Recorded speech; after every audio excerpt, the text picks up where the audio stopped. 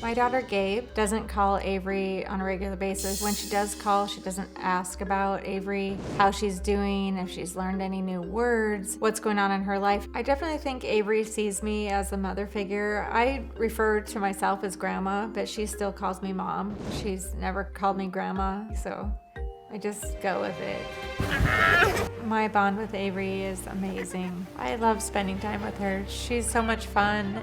She's a giggly girl. She goes to school now and she loves to ride her bike outside. She's everything to me. If you defrauded the government on unemployment, I'm not saying you did, and you don't need to say that you did. No, I didn't. I'm saying if you did, and if you scammed people out of money on the internet, and if you were an accessory in a heroin deal, these things add up to 32 years of prison time. And that's why you don't need to respond.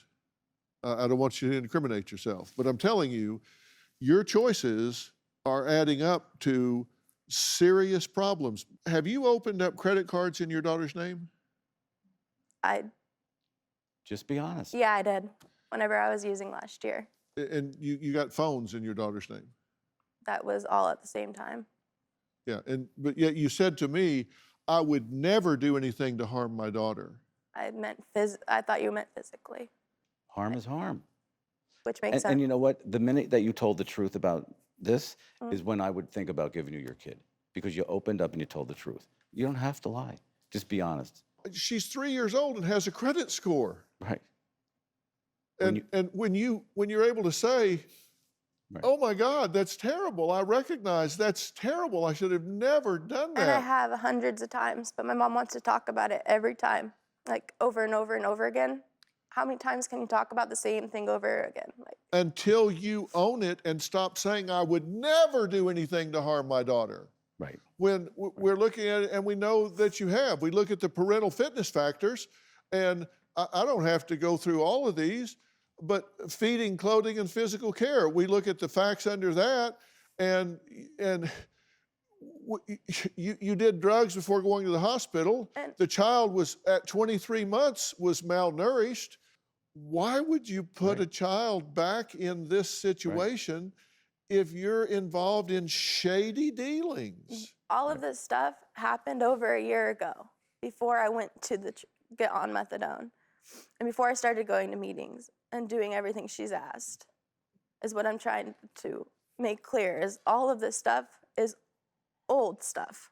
I understand that I have to own up for that and take responsibility for the things that I've done, but I've been trying to prove that. I don't know how else to prove that, to go forward from there, I guess.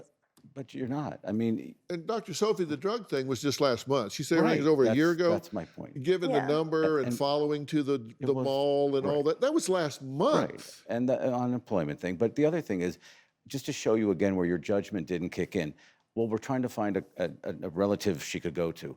You're not thinking of that kid. You're thinking of how you can stop this conflict.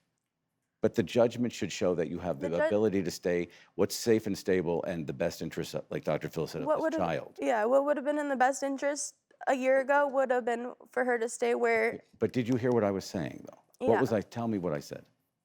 Right now, I'm not listening to or hearing what Dr. Phil's saying. Well, the judgment in that decision. Yeah. It's a Band-Aid. Let me fix this between my mother and I and shut her up and get the kid away. But it's not the best interest of that child, maybe. Your judgment doesn't kick in. You get emotional and you just want to, just do something impulsive. You got to think through things. But I've been asking for that same thing, for her to go to that family member since my mom took her, because that family member was involved in her life every single day, and they are. But then there's a process to get there. Well, hey, it's me, and thank you so much for watching. And while I have you, do you have a story or a question for me? If so, trust me, I want to hear from you. Click on the link in the description and tell me what in the world is going on. You just might end up right here on the show. And of course, don't forget to subscribe. Click that little red button below. You know you want to. What are you waiting for? Do it.